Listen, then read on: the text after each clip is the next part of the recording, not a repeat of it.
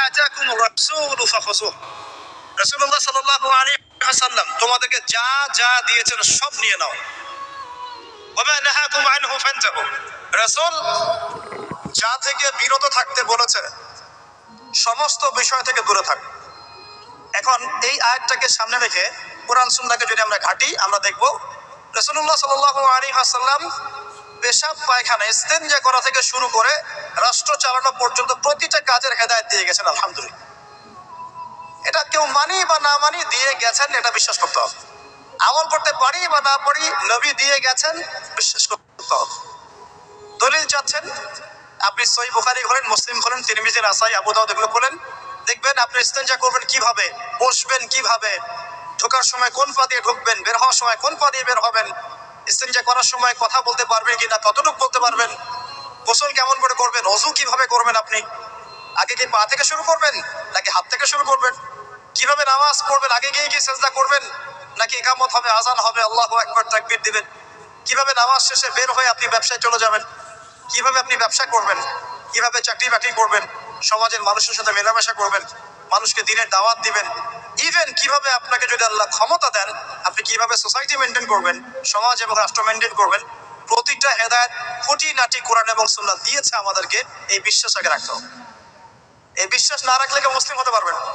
I am very sorry to say, এই বিশ্বাস না করলে কেউ মুসলিম হতে পারবে না। আগে বিশ্বাস, তারপরে কাজ করতে পারেন কিনা সেটা পরের ইস্যু। এবং আমি বলে দিচ্ছি, এই যুগে আপনি 100% পারবেন না। সিম্পল, এই যুগে আপনি 100% পারবেন না, এটা স্বাভাবিক। কারণ এই পুরো বিশ্বটা তো ইসলামাইজড না। পুরো বিশ্ব কি ইসলামাইজড? বরং পুরো বিশ্বটা কুফরের উপর আছে। কিসের উপর আছে? পুরো ওয়ার্ল্ডটাই কুফরের উপর আছে, পুরো ওয়ার্ল্ডটাই। একটা এক্সাম্পল আমি প্রমাণ করতে পারি, একটা এক্সাম্পল খালি। আল্লাহ পাক বলছে সূরা মুলক, রাতের বেলা পড়তে হয় না সূরা মুলক? রাতের বেলা সূরা মুলক পড়তে হয়, যে পড়বে তার কবরের আযাব হবে না ইনশাআল্লাহ। কবরের আযাব থেকে আল্লাহ পাক তাকে বাঁচাবেন ইনশাআল্লাহ। সূরা মুলক তেলাওয়াত করতে হবে রাতের বেলা। এই সূরার প্রথম আয়াতে আল্লাহ বলেছেন তাবারাকাল্লাযী, বরকতময় সেই আল্লাহ, বিয়াদিহিল মুলক, যার হাতে পুরো মহাবিশ্বের ক্ষমতা। কার ক্ষমতা? তাবারাকাল্লাযী বিয়াদিহিল মুলক, বরকতময় সেই আল্লাহ যার হাতে পুরো মহাবিশ্বের ক্ষমতা, সার্বভৌমত্ব। ক্ষমতার বাংলা কি বলতে পারি আমরা? এটাকে ইংরেজিতে আপনারা কি বলেন? আপনারা বলেন সভারেন্টি। কি বলেন? সভারেন্টি বিলংস টু আল্লাহ। এখানে সভারেন্টি বিলংস টু কে? আল্লাহ। কিন্তু এই পুরো বিশ্বের সার্বভৌমত্বের মালিক কি এখন আল্লাহ বাকি আছে? মানুষ নিজের হাতে নিয়ে নিয়েছে। কথা বুঝতে পারছেন? পুরো বিশ্বে আল্লাহর সার্বভৌমত্ব চলে এখন, মানুষের সার্বভৌমত্ব চলে এখন। তো পুরো ওয়ার্ল্ডটাই কুফরের উপর আছে না? বিশ্বটাই কুফরের। এখন বাদ দেন, এই ওয়ার্ল্ডে আপনি 100% ইসলাম ডিল করতে পারবেন না, সিম্পল। কিন্তু আগে বিশ্বাস করেন যে একদম টয়লেট থেকে শুরু করে আসমান পর্যন্ত সবকিছুই হেদায়েত কোথায় আছে, কোরআন শুনে আছে কি নাই? এখন মানতে পারি না, সেটা আমাদের ইস্যু। কেউ বিশ্বাস করেছে, মানতে পারে না, আল্লাহ তাকে মাফ করে দিবে ইনশাআল্লাহ। বিশ্বাস করেছি, মানতে পারিনি, আল্লাহ মানে বিশ্বাস করেছি, আমল করতে পারি না, এটা আল্লাহ। আমল করতে গিয়েছি, প্রতিবন্ধকতা পেয়েছি, সমাজ এমন ছিল না, বিশ্ব এমন ছিল না, আমি পারি নাই, আল্লাহ মাফ করে দাও, ইনশাআল্লাহ আল্লাহ মাফ করে দিবে ইনশাআল্লাহ। আল্লাহ পাক বলেছেন, কারো আমল নামায় যদি শিরকের পাপ না থাকে, যে কোনো গুনাহ আল্লাহ যাকে ইচ্ছা মাফ করে দিবে। আমল নামায় এখানে শিরকের পাপ রাখা যাবে না, যে কোনো গুনাহ আল্লাহ যাকে ইচ্ছা মাফ করতে পারে। বুঝাচ্ছি, মনে করেন একজন জেনা করেছেন, আল্লাহ মাফ করো। ওই জেনাকার ব্যক্তি যদি বিনা তওবাতেও মারা যায়, তওবা করে নাই, বিনা তওবাতেও মারা যায়, কাল কিয়ামতের মাঠে আল্লাহ পাক তাকেও মাফ করতে পারেন। আল্লাহু আকবার। কিন্তু একজন ব্যক্তি শিরক করেছে, তওবা না করে মারা গেছে, আল্লাহ তাকে মাফ। এখন শিরকের পাপ ছাড়া যে কোনো পাপ আল্লাহ মাফ করবেন ইনশাআল্লাহ। সো আগে আকীদা পোষণ করি যে হ্যাঁ, কোরআন সুন্নাহয় সবকিছুর সমাধান আছে আলহামদুলিল্লাহ। এখন আমি আমল করতে গিয়ে হয়তো পারছি না, এখন আমার বিশ্বাস চলমান বিশ্বের সাথে সাংঘর্ষিক হচ্ছে, এবং এই বিশ্বাসকে দমিয়ে দেওয়ার জন্য কি করা হচ্ছে? এই বস্তুবাদিতার মতো আদর্শগুলো আপনার সামনে তোলা হচ্ছে। এখানে উত্তরটা কি?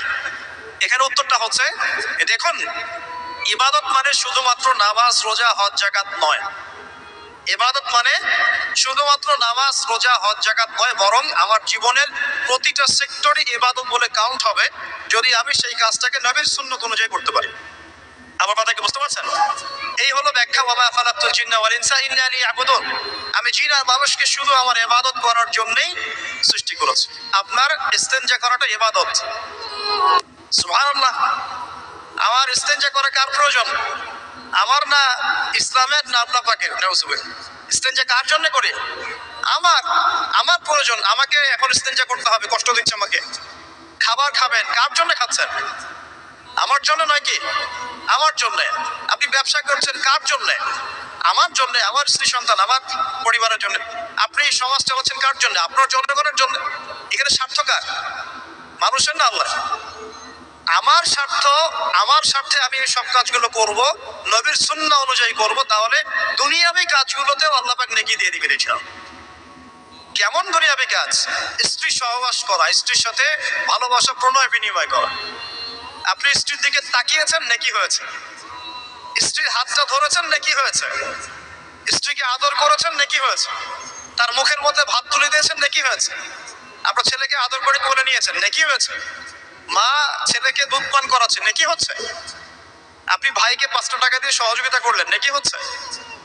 একজন এসে বসতে পারছে না, জায়গা ছেড়ে দিলেন, নেকি হচ্ছে। ইভেন রাস্তায় হাঁটছেন, এক মুসলিম ভাইয়ের সাথে সাক্ষাৎ হলো, সালাম দিলেন, মুচকি হাসি দিলেন, নেকি হয়ে গেল।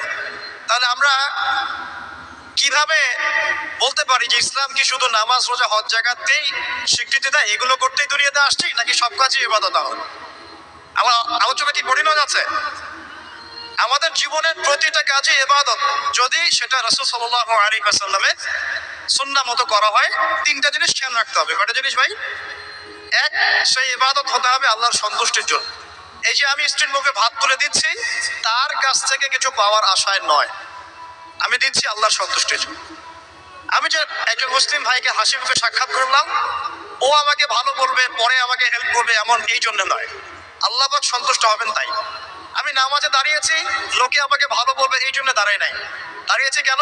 যাতে আল্লাহ আমাকে কালকে আমাদের মাঠে বাঁচাও। আমি দাড়ি ছেড়ে দিয়েছি কেন? মানুষ আমাকে হুজুর বলবে তাই, এই জন্য নয়। বরং আল্লাহ রাসূলের সুন্নাত জীবিত করেছি, ইনশাআল্লাহ আমি 50 জন শহীদ সাহাবীর নেকি পাবো ইনশাআল্লাহ। কেন আমি টাকুর নিচে কাপড় পরছি না? কারণ কি মানুষ আমাকে বলবে নতুন ফ্যাশন? না, আমি এই কারণে পড়ছি যাতে রাসূল সাল্লাল্লাহু আলাইহি ওয়াসাল্লাম কালকে আমাদের মাঠে এই সুন্নাহর উপর আমল করার জন্য আমার পক্ষে সুপারিশ করেন। আমার ইবাদত, আমার পর্দা, আমার পরিবার, আমার ব্যবসা, আমার অর্থনীতি, আমার পলিটিক্স, সবকিছু আল্লাহর জন্য করব। এই একটা হলো মূলনীতি ইবাদত কবুল হওয়ার। 1, 2, সেই আমলটা হতে হবে রাসূলের সুন্নাহ মোতাবেক, অন্য কোনো পদ্ধতিতে নয়।